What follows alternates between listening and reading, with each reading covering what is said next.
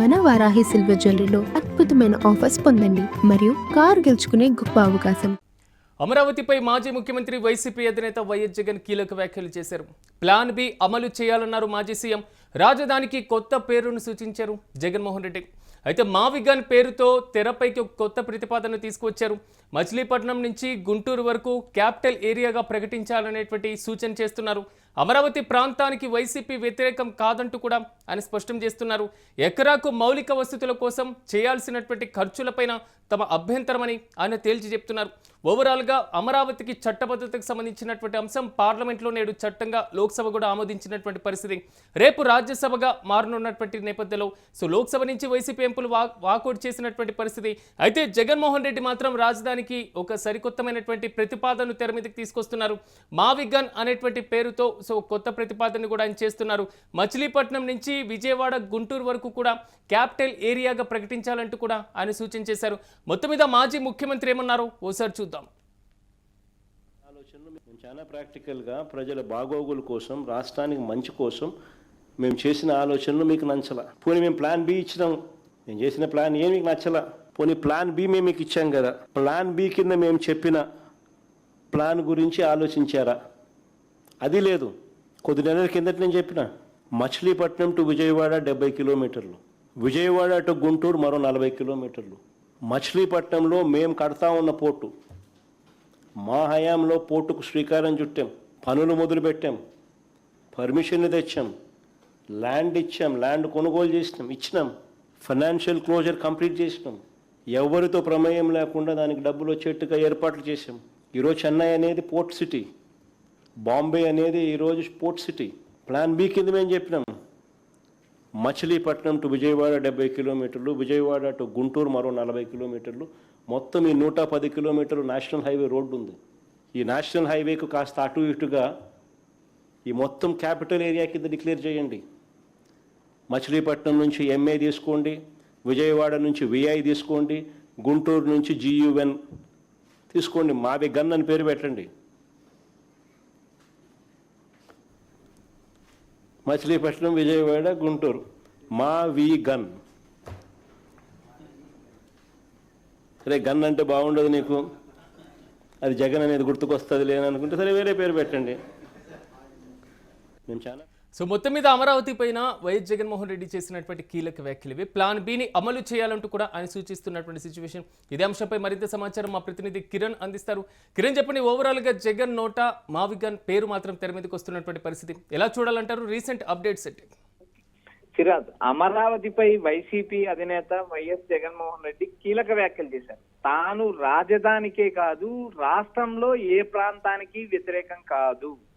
ఏదైతే తాను రాజధానికి వ్యతిరేకం అంటూ ఏదైతే అధికార పార్టీ చేస్తున్న ప్రచారం దుష్ప్రచారం తప్పితే, తాను రాష్ట్రంలో ఏ ప్రాంతం అభివృద్ధి చెందినా ఆ ప్రాంత అభివృద్ధికి కట్టుబడి ఉంటాను తప్పితే నేను ఎక్కడ కూడా అమరావతికి వ్యతిరేకం కాదు అంటూ ఆయన స్పష్టంగా ప్రకటించారు. మరోపక్క ఏదైతే రాజధానిలో మౌలిక వసతులు పెంపొందించాలి, మరియు రాజధాని ప్రాంత రైతులకు ఏదైతే భూములు ఇచ్చిన రైతులకు న్యాయం చేయాలనే డిమాండ్తోనే లోక్సభలో కూడా ఈ బిల్లుకు వైసీపీ మద్దతు ఇవ్వలేదు. నేరుగా రైతుల ప్రయోజనాలు కాపాడాలంటూ వైసీపీతో పాటు ఇతర ప్రాంతీయ పార్టీలు కూడా లోక్సభలో డిమాండ్ చేశాయి. ఏదైతే అక్కడ ఉన్న 1000 ఎకరాలు ఇచ్చిన రైతుల ప్రయోజనాలు మొదట కాపాడండి అంటూ వైసీపీతో పాటు మిగిలిన ప్రాంతీయ పార్టీలలో గలవిప్పిన నేపథ్యం ఉంది. అయితే అక్కడ లోక్సభలో బిల్లు ఆమోదించబడింది. తర్వాత రాజ్యసభకు రేపు వెళ్లే అవకాశం ఉంది.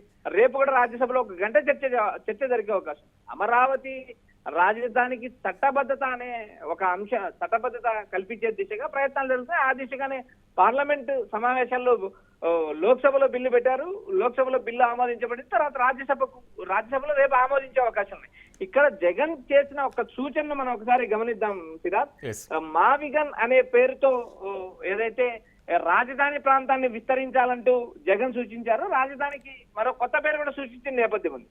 ఏదైతే మచిలీపట్నం నుంచి గుంటూరు వరకు క్యాపిటల్ ఏరియాగా ప్రకటించాలని జగన్ డిమాండ్ చేశారు. ఏకంగా 40 నుంచి 110 కిలోమీటర్ల దూరం ఉన్న ఏదైతే మచిలీపట్నాన్ని కూడా రాజధానిలోకే కలపాలి, రాజధానిని ఒక కారిడార్ చేయాలంటూ జగన్ సూచన చేశారు. అది ఈ సూచనను అధికార పార్టీ పట్టించుకునే పరిస్థితి లేదు. ఎందుకంటే అమరావతికే చట్టబద్ధత కోసమే ప్రయత్నాలు చేస్తున్నారు. ఆ విధంగానే బిల్లు ప్రపోజ్ చేసినట్టు ఎకరా మౌలిక వసతుల కోసం చేయాల్సిన ఖర్చుపైనే తమ అభ్యంతరం, ఏదైతే స్క్వేర్ ఫీట్ కు ఇచ్చే ఏదైతే అభివృద్ధిలో రాజధాని అభివృద్ధి కోసం కూటమి ప్రభుత్వం చేస్తున్న ఖర్చుపైనే వైసీపీ అభ్యంతరం చెబుతుంది తప్పితే ఎక్కడ కూడా ఆ ప్రాంతానికి కానీ ఆ రాజధాని అమరావతికి కానీ వైసీపీ వ్యతిరేకం కాదంటూ జగన్ స్పష్టం చేశారు. సిరాజ్ ఎస్ కిరణ్, కొంతవరకు అంటే మీరు చెప్పినట్లుగా పార్లమెంట్లో ఆల్రెడీ లోక్సభలో అయిపోయింది, రేపు రాజ్యసభలో బిల్లు చర్చకి రాబోతుంది. ఈ నేపథ్యంలో ప్రభుత్వం తీసుకున్నటువంటి ఈ చర్యలపైన అభ్యంతరం వ్యక్తం చేస్తున్నటువంటి వ్యాఖ్యలు అనుకోవాలా, లేదా భవిష్యత్తులో మళ్ళీ అధికారంలోకి వస్తే ఇలాంటి రాజధాని నిర్మిస్తామనేటువంటి సంకేతం అనుకోవాలా?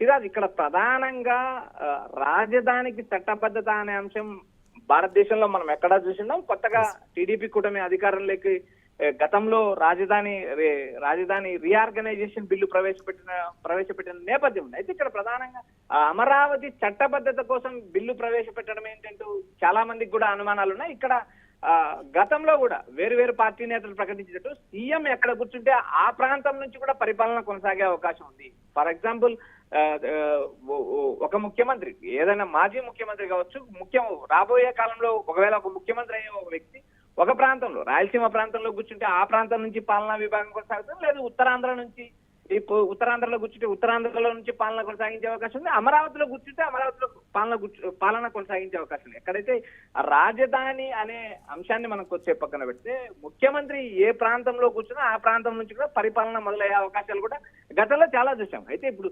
అమరావతికి ఎవరు వ్యతిరేకం కాదంటూ జగన్ చేసిన వ్యాఖ్యలను కూడా ఇక్కడ పరిగణ తీసుకోవాల్సిన అవసరం ఉంది. మరోపక్క మావిగన్ అనే పేరుతో ఏదైతే మచిలీపట్నం వరకు కూడా రాజధాని విస్తరించాలంటూ వైసీపీ ఇచ్చిన ఈ సూచనను టీడీపీ కూటమి ప్రభుత్వం పట్టించుకునే పరిస్థితి లేదు. మచిలీపట్నం నుంచి కానీ కిరణ్, ఒకవేళ పట్టించుకునే పరిస్థితి లేకపోయినా అసలు సిఆర్డీఏ పరిధిలోనే లేనటువంటి మచిలీపట్నం పేరు ప్రస్తావన అంటే దీని వెనకాల ఏమైనా రాజకీయ వ్యూహం అనుకోవాలా? అలా ఉండొచ్చా?